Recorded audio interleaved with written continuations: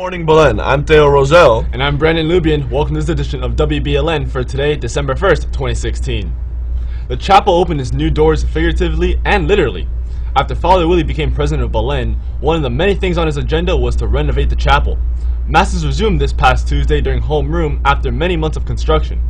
Some of the changes are new doors, which allow you to enter from the back, new moldings along the walls, new paint, new floors, and more significantly, the painting of Our Lady is now framed behind the crucifix. New renovations have really, gotten the full image and really centered what this chapel is meant to be. And giving it a name of Our Lady's Chapel really encompasses, our whole mission at Belen, and serving Our Lady and serving our God.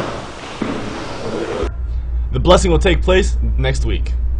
The chapel looks amazing, feels totally different.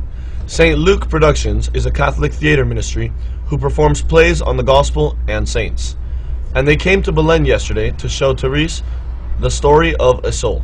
At 10:30 in the morning, students from Our Lady of the Lakes Blessed Trinity went on a field trip to the Roca Theater to check out the play. Then at 7:30 at night, the theater was open to the general public. Students and parents went in to witness a wonderful performance with the message of God and His works. One of the things that I want to do as the Ignatian Center director is to bring quality productions, not just student productions, but quality professional productions as well, to our stage to be able to continue to highlight and promote the values and ideals of the school. President-elect Donald Trump and former GOP presidential nominee Mitt Romney had dinner together on Tuesday night. Romney, a former critic of Donald Trump, is under consideration for Secretary of State. Frankie Blanco reports. Donald Trump and Mitt Romney put their past differences aside, at least for a dinner. The two talked foreign policy alongside Trump Chief of Staff Reince Priebus at a high-end restaurant inside Trump's International Hotel in New York. Mr. President-elect, we're looking at the next Secretary of State right here. Well, we're going to see what happens. Romney spoke to reporters after the meal, showering praise on Trump and their transition. We had another discussion about affairs throughout the world, and these discussions I've had with him have been enlightening and interesting and engaging. I've enjoyed them very, very much. As well as lauding the President-elect's accomplishments, with a nod to where he fell short in 2012. It's not easy winning. I know that myself. He did something I tried to do and was unsuccessful in accomplishing. He won the general election. And he continues with a message of inclusion and bringing people together. Romney's remarks were a sharp contrast to their bitter rivalry on the campaign trail. Donald Trump is a phony, a fraud. Mitt was a disaster as a candidate. The ongoing Secretary of State search coming as sources tell CNN, Trump is expected to roll out his economic team today. Former Goldman Sachs banker Steve Mnuchin as Treasury Secretary. But Mnuchin is sure to face scrutiny for his tenure as a mortgage banker, heading up a firm that made big money off of foreclosures. The DNC calling out Trump's pledge to drain the swamp, dubbing Mnuchin a billionaire hedge fund manager and Goldman Sachs alumnus who preyed on homeowners struggling during the recession. Trump also selected a billionaire investor, Wilbur Ross, to lead the Commerce Department. Are you interested in being Commerce Secretary, sir? Well, time will tell. Meanwhile, Carrier announcing they have struck a deal with the Trump administration to save at least 1,000 jobs at its factories in Indiana, but the details of the deal have not been announced. Donald Trump and Mike Pence will be in Indiana on Thursday to officially announce the deal. A final journey of the remains of Fidel Castro are returning to where his revolution began. Fidel Castro's ashes are to be taken across the island on a journey that will retrace the path he took after seizing power, but in reverse. The journey will end with Castro's funeral in Santiago de Cuba on Sunday. A host of world leaders are planning to attend, from Spain's former king Juan Carlos to Zimbabwe President Robert Mugabe. Alright guys, here's your scoop for today. The 7th and 8th grade ambassadors will be having another meeting this Friday, December 2nd, during homeroom in the outside theater of the I section. Any interested 7th or 8th graders are welcome. Pope Francis met yesterday in the morning with film director Martin Scorsese at the Apostolic Palace. The meeting comes a day before the film Silence makes its world premiere at the Vatican. Silence documents the persecution of Jesuit missionaries in the 17th century Japan. Scorsese represented the Pope with 2 paintings with the theme Hidden Christians, and the Pontiff offered Scorsese and his family rosaries. Now stay with us as we bring you weather and sports after these messages.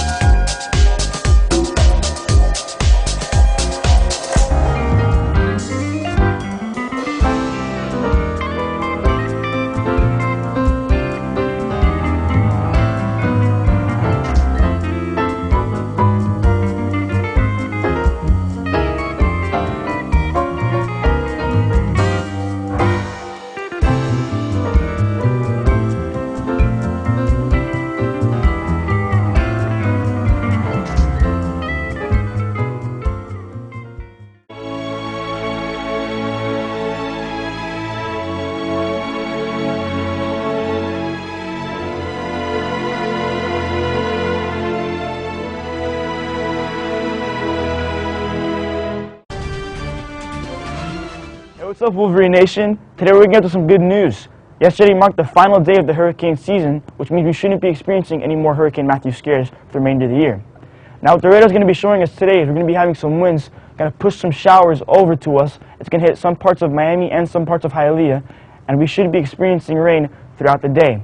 Now what the extended forecast is going to be showing us is that we're going to be having a temperature, a high at 82 and a low at 71, relative humidity at 78%, and 50% precipitation. So that's going to be that rain that we're going to be seeing throughout the day.